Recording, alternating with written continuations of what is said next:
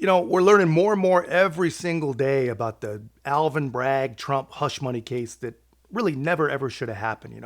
As I record this, it's day 5 of testimony, and still the government has not talked about a crime. It's crazy. It's all crazy. They tell you that Trump is some master criminal con man grifter. They say he's been breaking the law and lying professionally for years. And in order to prove it to their mushy brain victims, they've used one expired misdemeanor to revive and elevate another expired misdemeanor and turn them both into 34 individually stacked felonies, all while self-professed protectors of democracy and lovers of justice all clap like trained seals and chant, "No one is above the law. No one is above the law." Come on. Yeah. Anyway, everyone who still has the ability to think on their own sees what's going on here. Even Trump's enemies and never Trump Republicans, they see it too.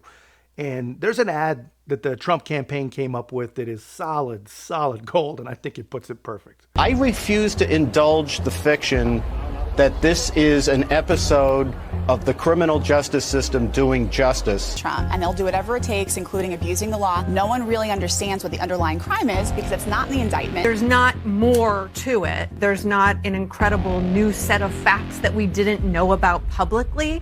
It's really the facts of this case as they have existed for basically almost 7 years. That will play immediately into the politics of this, that there was nothing new, that there was not a new surprising fact pattern. In America, we're supposed to have a free and fair justice system, and one of the critical components of that is to know what you're being charged with. The accused has the right to know what they're being accused of, right? That's a hallmark of the Sixth Amendment in the Constitution, something we're all guaranteed to have. This is a highly partisan, highly political process.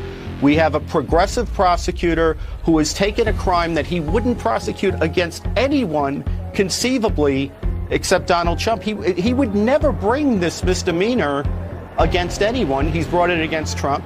It's time barred. He's bringing it against Trump anyway. He's trying to dress it up into a felony by invoking federal law that he doesn't have any jurisdiction to prosecute.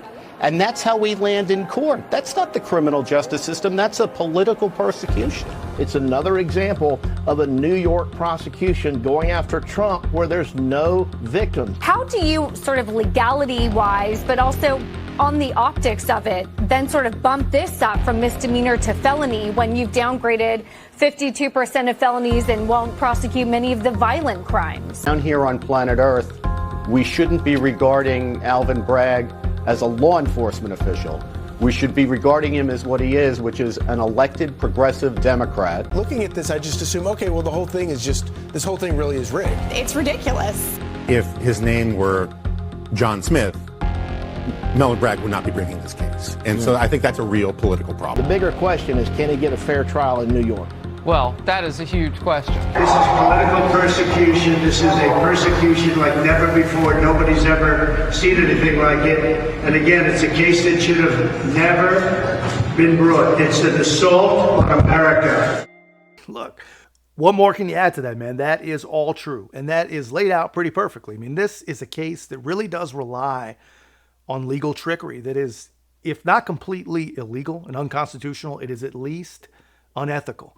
They would not charge anyone else on the entire planet in the same way that they have charged President Trump. And in fact, in the jurisdiction that this case is happening in, they actually don't bring half of the cases, literally half of the cases that they have a real obligation to the public to bring. And here's the only thing that wasn't complete in that video by the time they made that. They said that Bragg was trying to bootstrap a federal crime that they have no jurisdiction over. Well, Bragg must have recognized that they had no jurisdiction over that. And they never revealed the elevating crime until they had to just a few days ago. So now they've alleged an election misdemeanor that is also out of the statute of limitations. But the prosecution is saying, look, COVID allowed us to manipulate the limitations. And the fact that we couldn't indict him for his 4 years as president, well, that changes the limitations as well. And honestly, I don't see how this is going to work. They didn't bring the case after he left office. They brought the case when he declared that he was going to go get that office again.